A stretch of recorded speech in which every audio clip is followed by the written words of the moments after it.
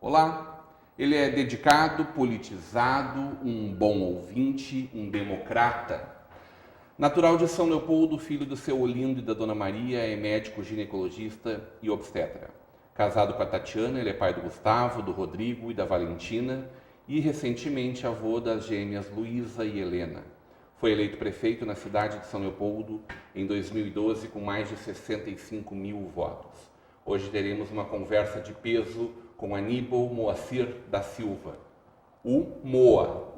Seja muito bem-vindo, Moa. Grande prazer te receber aí para a gente poder conversar um pouquinho sobre isso que tu gosta tanto, que é a tua cidade, né? Sem dúvida. Muito obrigado aí pela oportunidade, né, Rodrigo? E estou à disposição aí. Nascido em São Leopoldo? Nascido e criado em São Leopoldo. Nasci Isso no lá Hospital em Centenário. 1956. 56. Mudou muito essa cidade, Moa? Mudou. Como é que eram tuas lembranças mais antigas aí, né? São Leopoldo tem algumas coisas que fizeram com que ela se modificasse. A primeira delas foi a vinda da Unicinos. Era uma cidade pequena, onde todo mundo se conhecia, e de repente, com a vinda da Unicinos, começou a aparecer gente diferente. Olha, isso aqui eu não conheço, não, estudante, e assim vai indo. E cresceu a cidade, né? Hoje nós estamos com 240 mil habitantes. E a cidade que é berço da colonização alemã, hoje ela está descaracterizada em relação a isso. E isso se deve à vinda de muita gente, em busca de emprego, muita gente fora, que São Leopoldo, por ter um parque fabril, não só, ele não tem uma monocultura, então tem metal mecânica, borracha, calçado, quer dizer, atraiu muita gente. É uma característica positiva da cidade. Muito bom, porque diferente de algumas cidades onde há a crise, Novo Hamburgo, da crise do calçado, a cidade se vai. Certo. Então lá sempre houve muita oportunidade de emprego. Então também veio muita gente fora. Isso foi descaracterizando a cidade, tipicamente alemã. E depois, em governos anteriores, o que aconteceu? A política habitacional por exemplo, o governo anterior se vangloria de ter feito, construído 10 mil casas populares. Isso aí são 40 mil pessoas. Mas não era só para os leopoldenses, isso era para todo mundo. E veio uma leva de pessoas de fora. Chegou muita gente nessa época. E sem a mínima infraestrutura, Rodrigo. Esse é o grande problema. Certo. Eu quero que todo mundo tenha casa, eu acho que isso é justo, isso é constitucional, mas só que tem que também ter infraestrutura. E isso faltou. Então, quer dizer, houve um crescimento da cidade de uma maneira Quer dizer que a cidade nem cresce, ela incha. Isso mesmo. Ela incha desordenada. É uma pena não poder organizar uma cidade. Daí, quando tu viaja, tu vê as coisas, cidades organizadas, Pois a gente comentava, eu estive na Alemanha. Claro, a Alemanha sofreu com a guerra, foi completamente destruída. Mas daí tu vê assim que é um país histórico, mas com cidades modernas, porque como houve a destruição, tiveram a chance de fazer metrôs, as cidades todas têm ciclovias, coisa que eu tento fazer lá em São Leopoldo, uma ciclovia é uma luta, porque até o trânsito é complicado, a gente não tem, porque cresceu desordenado. Não temos nem cultura, né? É verdade. Então, assim, quando a gente vê essas cidades assim, históricas, mais modernas, aí tu volta ainda com uma coisinha no coração quando tu chega aqui nas nossas cidades. Essa cidade que te viu crescer, ela te viu se formar médico, num segundo momento. Tu estava me dizendo que sempre foste aluno de escola pública, sempre estudaste em escola pública, sabe das necessidades da educação na escola pública, Quando é que foi que o Moa virou político, Porque tu foste vereador durante 5 mandatos. Sim. Então é uma larga trajetória aí na vida pública, Na verdade, como tu diz, vida pública. Então, assim, como médico, na verdade, tu lida com o público. E dentro da medicina sempre tratei todos de uma maneira igual, independente de classe social ou de posses, né? Mas eu vi que chegou num ponto, eu atendia, mas às vezes eu queria mais, né? Pô, eu acho que não, a gente podia fazer uma política de assistência melhor na saúde. Eu digo que eu tenho que entrar na política, porque no fundo, assim, tu às vezes tentava fazer alguma coisa como médico, tu não conseguia. Então eu digo, pô, não, eu tenho um passo a mais. Então eu vou entrar na política, porque daí eu estou, né, inserido naquele contexto e vou ter voz ativa. E uma outra coisa que eu achava também é que às vezes decisões tomadas na minha cidade não me agradavam. E daí eu disse, eu não vou estar deixando assim, alguns que não tinham a capacidade para gerir a cidade, estar gerindo o meu futuro e dos meus filhos, né? Então eu digo, não, eu vou lá e me meti na política. Na época, qual partido? PDT. Fiquei 10 anos no PDT. E saí do PDT por coisa interna, pessoal, não nada quanto os conceitos políticos do PDT, pelo contrário, sempre gostei muito do Brizola, né, das suas atitudes. E hoje eu estou no PSDB, eu já estou desde 98 no PSDB. Foste para a política, então, aos 32 anos. Isso. Né?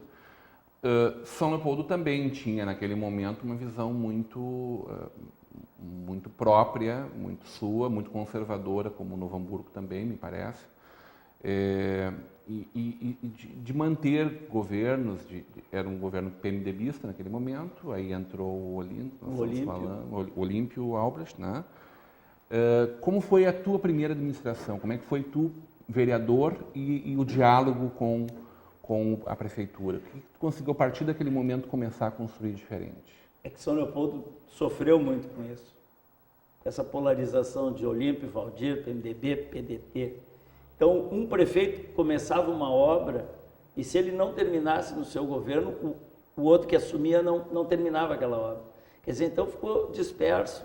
Quer dizer, não pode ser assim. E isso foi durante muitos anos.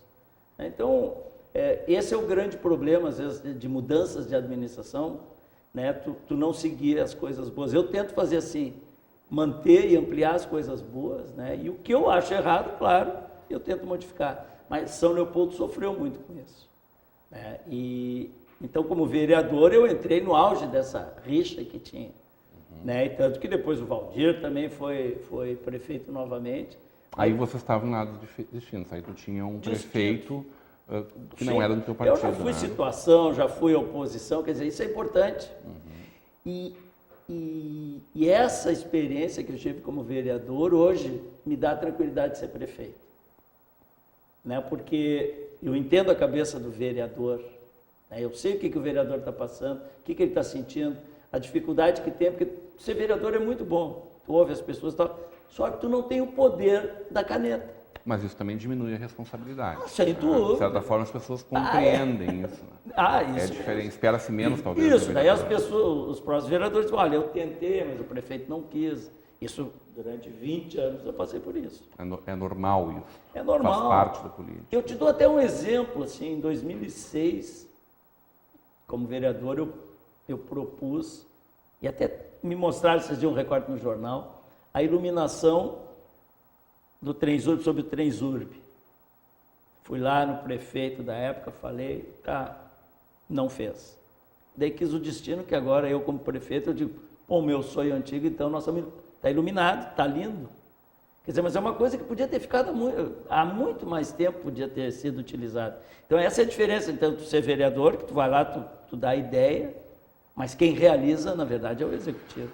Tu me dizia que como médico, uma das grandes missões que é cuidar de gente, tu conseguia desenvolver e tu sentia que podia fazer mais.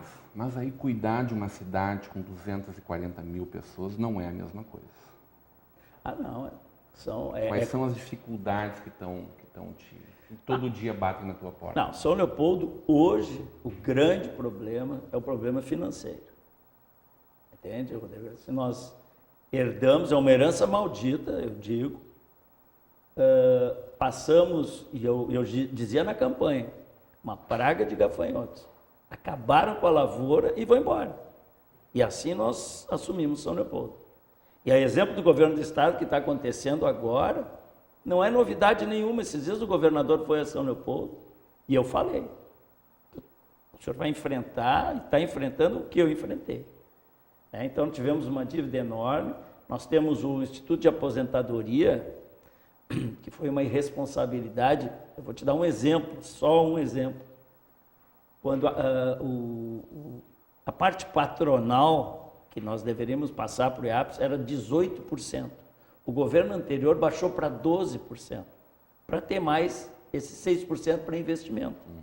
Só que agora caiu no meu colo, o Ministério da Previdência quer que a gente resolva esse rombo.